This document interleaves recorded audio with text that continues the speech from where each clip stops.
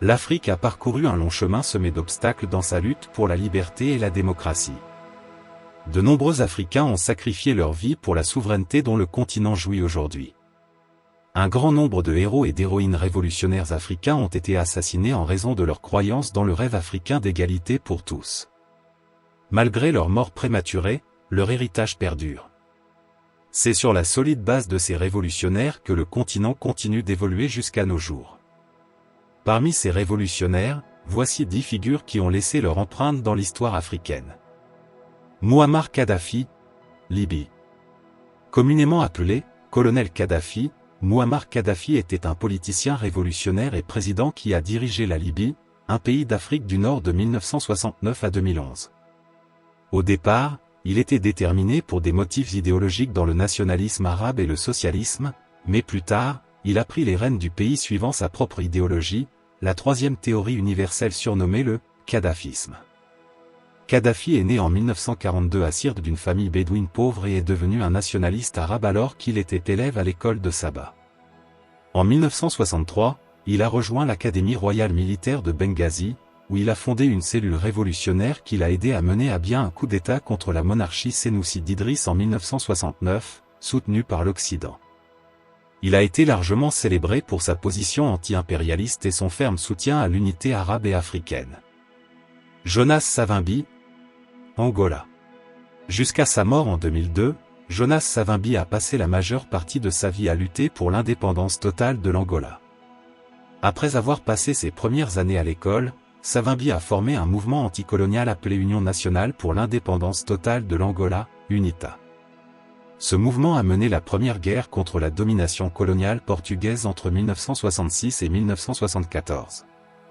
Pour ses tactiques de guerre, Savimbi est présenté comme l'un des meilleurs chefs militaires les plus efficaces du XXe siècle.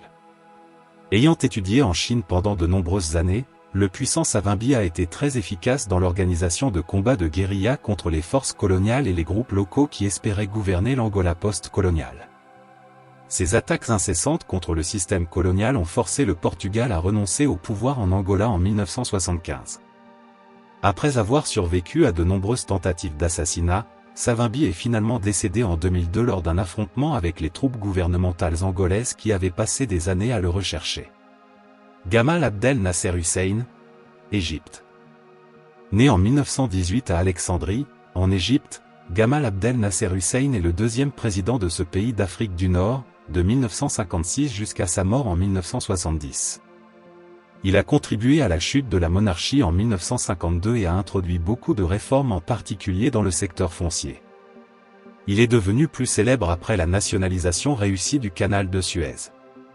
En 1967, ce dernier a essayé à plusieurs reprises de démissionner mais les Égyptiens s'opposaient à sa décision. Il est mort d'une crise cardiaque en 1970 peu de temps après avoir assisté au sommet de la Ligue arabe. Ses funérailles ont attiré plus de 5 millions de personnes du monde arabe. Bien que ces révolutionnaires africains étaient originaires de différentes parties du continent et aient existé à des époques différentes, il est évident qu'ils étaient motivés par une cause commune, une vie meilleure pour chaque Africain. Simon Kimbangu, Congo. Simon Kimbangu, né le 12 septembre 1887 à Nkamba dans l'actuel Congo central et mort le 12 octobre 1951 dans la ville d'Élisabethville, est considéré par ses fidèles comme un « envoyé spirituel » congolais. Il devient prédicateur dans les années 1920 et fonde en 1921 à Nkamba un mouvement religieux qui donnera naissance au kimbanguisme. Arrêté et jugé, il meurt après une longue détention d'une trentaine d'années. Son action a généré l'émergence de cette église kimbanguiste qui perdure et rend visible également un mouvement de nature plus politique contre le pouvoir colonial, qui a pris ensuite d'autres formes. Martin-Paul Samba, Cameroun. Martin-Paul Samba, né Mbanga Mebono vers 1875 et mort le 8 août 1914, était un officier militaire boulou pendant la période coloniale impériale allemande du Cameroun. Mebono est devenu favori des coloniaux allemands lors de son éducation à Kribi, une colonie côtière du sud du Cameroun. Il a été envoyé en Allemagne en 1891 pour entrer à l'Académie militaire allemande. Il a été baptisé Martin-Paul Samba à l'étranger. Après avoir obtenu son diplôme, Samba est retourné au Cameroun et a accompagné les expéditions militaires allemandes à travers la colonie. Il va par la suite se révolter contre les pratiques de l'administration allemande du Cameroun. Il quitte l'armée allemande, acquiert les armes et organise un maquis en pays Boulou.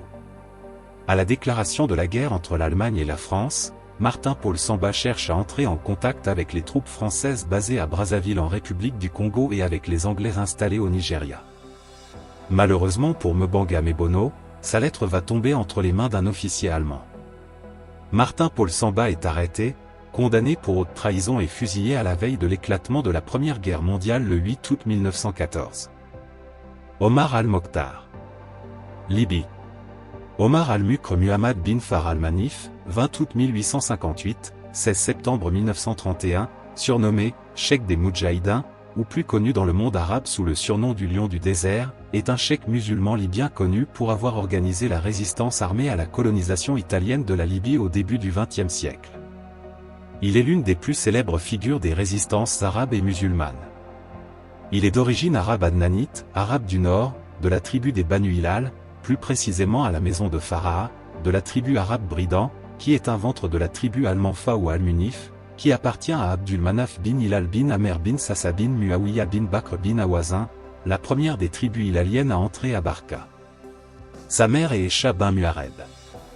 Il perd son père Mokhtar ben Omar à 16 ans, lorsque celui-ci fait route pour le pèlerinage musulman à la Mecque. Il reçoit une éducation au sein des mosquées de la confrérie Sanoussi. Pendant 8 ans, il suit des cours de sciences islamiques à l'Institut supérieur. Ses qualités morales lui attirent l'admiration des cheikhs et la confiance de ses chefs. Il est nommé en 1897, par El Sayed El Mahdi, cheikh de la mosquée à Lokour. Il ne se marie qu'une seule fois et a un fils, nommé Mohamed Omar al-Mokhtar, 1921 à 2018. La Dior. Sénégal. La Dior, de son nom complet la Dior Ngoné Latyr Diop, né en 1842 à Kër Amadou Yalla et mort le 26 octobre 1886 lors de la bataille de Dékelé, est un membre de la noblesse Wolof, Damel du Cayor de 1871 à 1883 et généralement considéré comme une figure emblématique de l'histoire du Sénégal. Il est l'un des plus grands opposants à la pénétration coloniale française. Il leur a infligé plus de pertes que quiconque dans l'espace sénégambien. Pendant une période de 25 ans, la Dior a résisté avec bravoure et tactique. Cependant, son épopée est marquée par la mise en pratique de diverses stratégies qui le démarquent par rapport à d'autres opposantes de son époque. Conscient des enjeux pour le royaume du Cayor, la Dior a farouchement combattu la mise en place d'une liaison ferroviaire entre Dakar et Saint-Louis et l'implantation de l'arachide. Après une série d'affrontements sanglants face aux troupes de Faidherbe et de Pinel-Laprade, la Dior a montré son génie militaire avec plusieurs victoires sur les colons malgré un armement disproportionné. Il a mené un dernier combat sans espoir à Dékelé et y a perdu la vie le 26 octobre 1886. Babamba Traoré. Mali. Babamba Traoré, roi du royaume du Kénédougou, né dans les années 1845. Babamba Traoré est le fils de Mansa Daoula Traoré qui règne de 1845 à 1860 et frère de Thiéba Traoré qui règne de 1866 à 1893 auquel il succède. Il mène une résistance féroce aux troupes coloniales françaises qui s'achève avec la chute de Sikasso le 1er mai 1898. Il décide alors de se suicider, préférant la mort à la honte. Ce geste et la résistance qu'il oppose à l'armée coloniale font de lui un personnage emblématique de l'histoire du Mali. Félix Moumié, 1925 à 1960, Cameroun. Félix Moumié est né au Cameroun en 1925. Après des études de médecine à Dakar et s'établit comme chirurgien en 1947 au Cameroun, une ancienne colonie allemande partagée entre la France et la Grande-Bretagne.